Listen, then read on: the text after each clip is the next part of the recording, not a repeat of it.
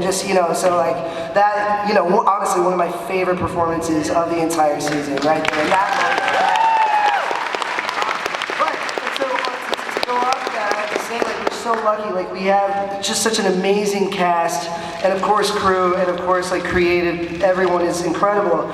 Everyone is setting the bar for each other. So we're all like just trying to like, it's like, oh, Corey's thrown it down. All right, I'm gonna get in there. And the same with Butch and the same with kids. Like, and I think that really that's why like the energy that you see when you watch the show. Like, there really is a connection and a respect and like a community among all of us in the show. And like, yeah, we're all just setting the bar for each other. So yeah, we're supremely lucky for that. Right. And no one has an ego. No, everyone is there, and I think a lot of it too. We're very lucky because we're dealing with Batman. No one wants to be the one who's known as the diva on the Batman set.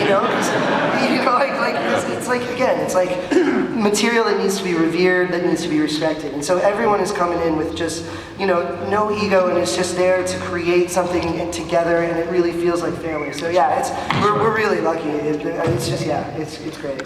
So, violent shows. One of the things that I think about episode 3 or 4, where we're looking at, as an audience, it was one of the more violent shows I've seen on prime time. This isn't Breaking Bad. This isn't Sons of Anarchy, where you've got the ability to go to stretch it because you're on cable, even basic cable. It was really surprising at how far your characters were allowed to go on screen. Right, totally. I mean, Monday nights at 8. I mean, it's a lot. That's family hour. It's family hour. No, I know. And people will say, we love the show. The little one is not quite ready for it. Gosh, I was like, I don't know if I am either. Yeah. Although, of course, it's that, And then on the other hand, like, we will have debates. Like, I'll be talking with like the hair and makeup people who are amazing, and we'll be chatting, and we'll have conversations sometimes where like, could you imagine with what we get away with at Monday nights at 8 o'clock on Fox? Like, if we were on HBO, oh my God, we would be making Game of Thrones look like Barney or something.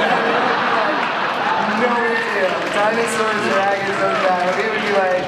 It would be insane. I don't even want to think what Oswald would be doing. I pity the poor parents that allow their kids to watch fish gouge their own eye. Oh my gosh, the nightmares. Yeah. All right. The nightmares that must have ensued for weeks as they're eating cereal. Oh my God! But cousin, why a spoon? We do have a mic if you guys have questions for either Rob or Amazing. I wanted to get your feedback on somebody who's not going to be rejoining you for season 2, Sally, and that is Jada Pinkett Smith. You guys both had some phenomenal sequences with her. So just like a reminiscence or something you were to take away from your time working with her on the show. I will just say that like the finale scene where we're all together and I have to throw her off the building, like it was this weird thing where it's like, this happens sometimes when you're lucky as an actor, when like the real life and the pretend life that you're trying to create, they coalesce in a certain way, and Oswald has learned everything he knows about that business from Fish Mooney. She is a model, she's an inspiration for him. I also have learned everything about this business, not everything, but so much about like being a public person. My life has changed so dramatically. And she was there from the beginning, like giving me advice, talking me through it, calming me down, like making it okay. And it was just one of those most poignant moments where and also I feel like Oswald, even though he had to, he really did love Fish Mooney. He did really respect that about her. And of course, I love Jada so much.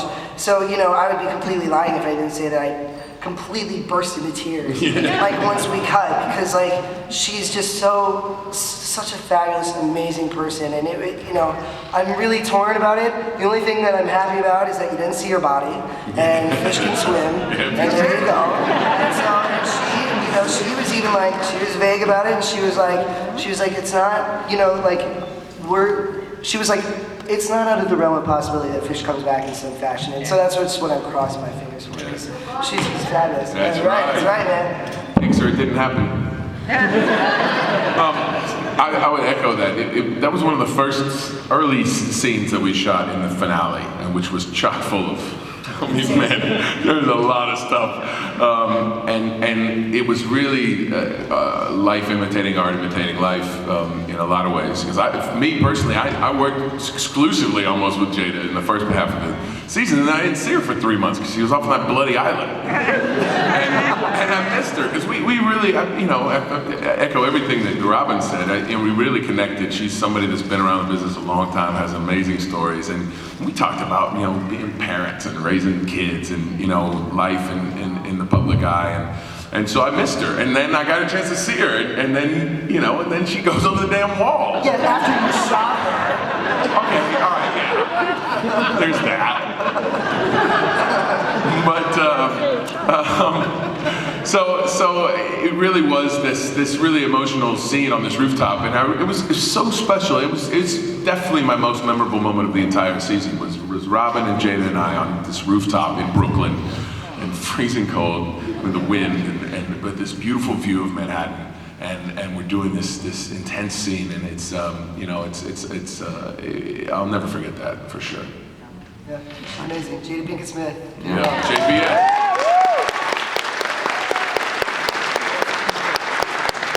Any moment, my wife's we both love the show. But Jada had brought such an intensity to it that my wife said, "Man, she's gonna crawl on the screen and kill me." Point. Just love With her bare hands and her teeth.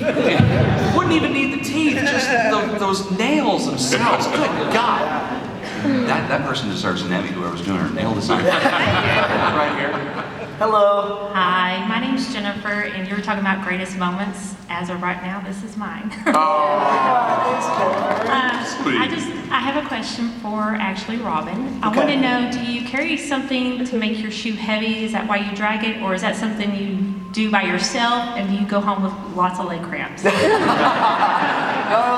I've told a bunch of people today, but I do. I put a bottle cap in my shoe, and that's always there. Every time you see me on screen, the bottle cap is in there. The reason for it, not because I'm like a super method actor or anything, is actually because the first day I was on the episode, third episode, it's when Oswald comes back to Gotham City. And he steps off the bus, turns around and says home, and then walks off. And then originally I just was supposed to walk off. And so we're shooting in Chinatown in the middle of the summer. It's crazy. We have extras. There's a bus that's supposed to do a thing, and then the dolly, and the camera's like on a dolly. It's insane. It's basically like any day shooting the show. It's a crazy show. But anyway, so I do that whole thing, and we get it, and I go sit down, back where all the actors are hanging out, and I sit down and I go, I totally forgot to walk. I totally forgot the limp. I completely forgot the limp. I totally forgot. And then I started to freak out because I was like, you have one thing to do. You have one thing to do. And I'm so upset. And at this point they'd already moved on, and they struck the dolly, and they moved that, and the bus is gone, and all the extra whatever. And I was like, do we have to do it again? What's gonna happen? So our amazing wardrobe assistant, Kyle LaCalla, she was there right by my side. She was like, take a breath, it's gonna be okay. This is what she does with all the actors, why she's amazing. She is good. The people behind the scenes keep us all together.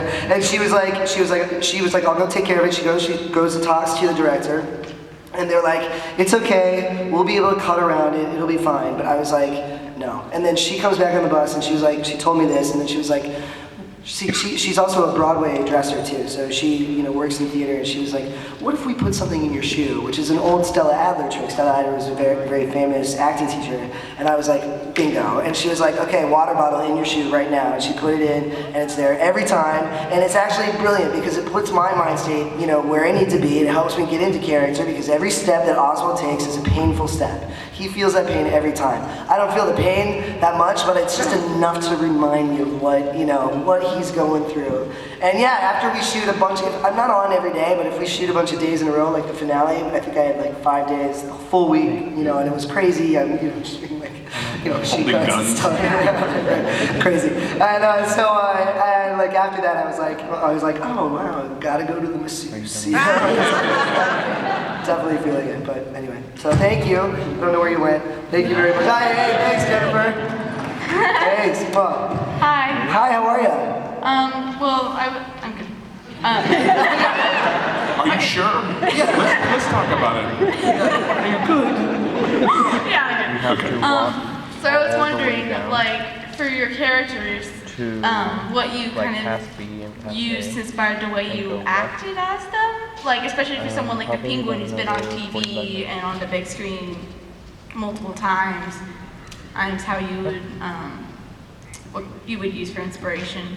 Sure. Well, yeah. Well, for me, I'm inspired by what Bruno Heller, our creator and showrunner, has done. Like, I'm inspired by his vision of the character, and so much of it is right off the page. Like, his vision is what you see on the screen. However, like, for my own personal sake, to get into the psychology of Oswald, I went back to the comics, I found out that he was severely bullied when he was a kid for the way he looked, for what he was interested in. There was one comic I read, which I'm not going to remember the name of. It wasn't Pain and Prejudice, it was a previous one from like the late 80s. And there's this like unbelievably devastating scene where he shows up at school in a costume from a Shakespeare play because he's very interested in Shakespeare. He gets beaten, the crap is beaten out of him in that moment. And that, is very conceivably something that I may have done when I was his age, you know what I mean? So that spoke to me so deeply, and I was like, okay, this is someone who understands this ambition, this intense ambition and need for power is coming from this place where this is a person who never felt like he had power. He was always told that he was less than his peers, less than everybody else, and so this is what fuels him. And it was like, yes, again, learning that he was bullied, that he was treated this way, was my direct hook into his psychology, and it's really, what helped me get into his skin, I would say. Yeah. Mr. Powell. Well, because Butch isn't in the comics, I didn't have the wealth of